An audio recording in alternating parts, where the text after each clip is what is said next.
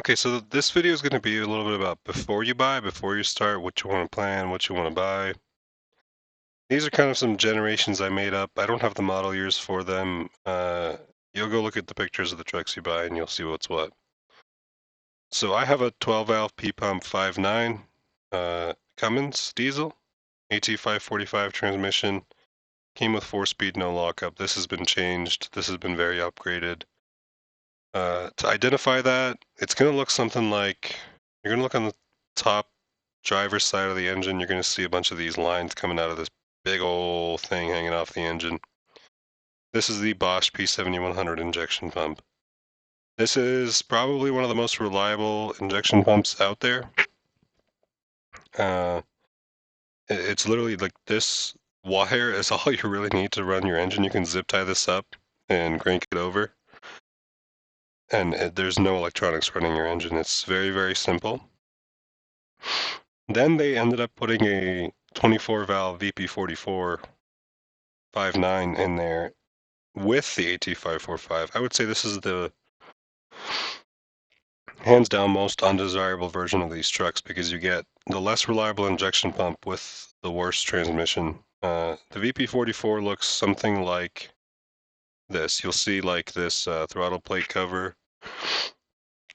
The valve cover will also look something like this. There's also a 5.9 common rail, which I believe has this same type of valve cover, as opposed to the individual valve covers of the 12 valve. The other thing is that the 12 valve heads are a little bit more reliable. The valves are bigger, but there's more meat in between the valves and they're less prone to cracking. So the 12 valve is very nice in terms of its reliability, but it is all mechanical and a little bit limited. So the next generation that I would prefer buying if I did this again would be the Allison 1000 with the VP44 5.9. So again, the engine's going to look something like this, but it's going to come with the Allison 1000 transmission, and it's just a much more robust unit. Looks something like this is what you're going to have: the number 3 tail housing. The number 3 bell housing with a 9x3 rear cover. This is a 6-speed transmission. It's a very reputable transmission. Can handle a lot of power, a lot of torque. There's a lot of custom tuning available for it, and it's really remarkable. So after that VP44 Allison 1000 setup, you're going to have a 5.9 common rail and a 6.7 common rail. It's basically just the newer you go. The 6.7 is going to look something like this. It's going to have a second, what looks like a second valve cover on top of the first one. It's a baffle breather for the crankcase pressure. This is a great engine. You'll notice that the injection pump area here is gone. It's moved to just a single pump that pressurizes a common rail. And the injection components on this are significantly more expensive. You do have a lot of benefits in that now you have a larger displacement engine. You have a electronic injection system that's more efficient, less emissions. However, you now have emissions where you don't really have that with the older trucks. But this will definitely produce more power. It will cost you a lot more to repair and maintain, however. So that's the basics on buying the truck. Mileage, don't worry too much. I bought mine with 170. These engines are pretty reliable. Check your trans fluid. Check for blow by, and it's pretty straightforward. Like you've got this oil filler here, and it goes up to the front of the engine. Just pull it off while the truck is running, like this little oil fill right here. And if you can like put your hand on it and it doesn't blow your hand away, it's probably a healthy engine. Check your trans fluid, make sure it's not all burnt up. The 545s are going to see a lot of wear. There's never a locked up converter, so it's heating up quite a bit. There is a transcooler, of course, but it's not the best design. You have no engine braking going downhill, and your brakes are going to see a lot of wear. One of the first things I did when I bought this van is these extremely warped and pitted rotors. I ended up replacing. I ended up doing wheel bearings and seals and everything and pads along with it, but this was a decent first expense that was not planned. Um, so let's talk a little about when you first get the truck. So if it's one of these FedEx trucks, it's going to have a fiberglass roof, and it basically just allows the delivery drivers to have some natural light while they're driving around in the day.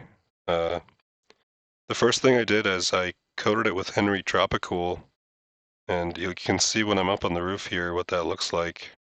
I ended up going a little thick in spots that seemed like they were weaker in the fiberglass, and uh, just an extra insurance, I guess.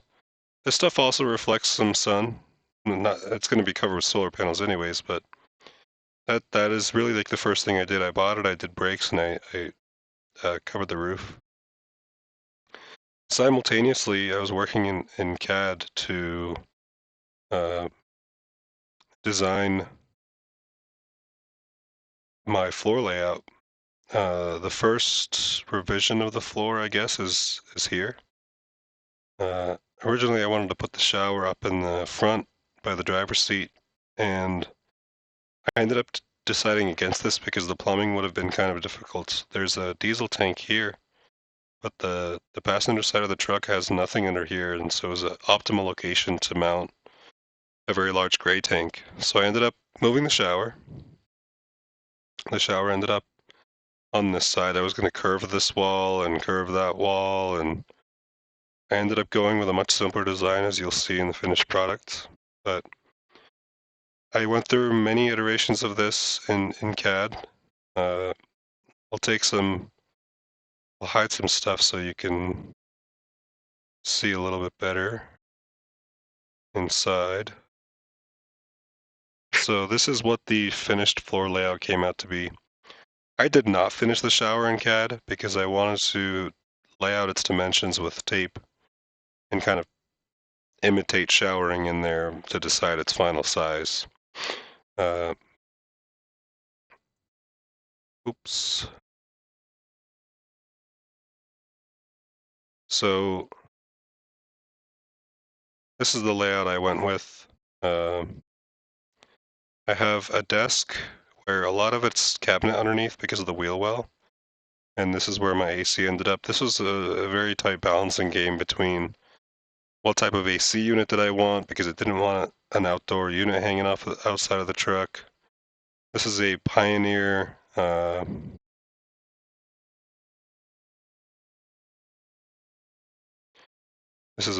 AC unit here.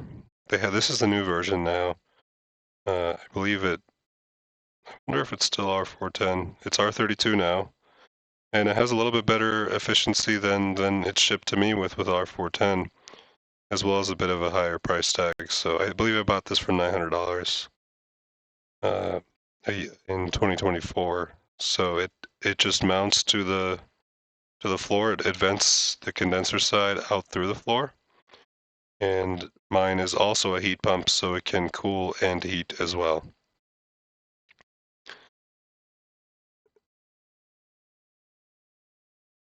I ended up building this cabinet for a microwave oven, convection oven, air fryer, toaster type of combo deal, and it just saved me a lot of space.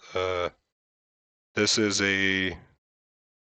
is where the chest fridge freezer went on drawer slides with wheels, and I put a 3 drawers down here as well as a large closet for hanging clothes.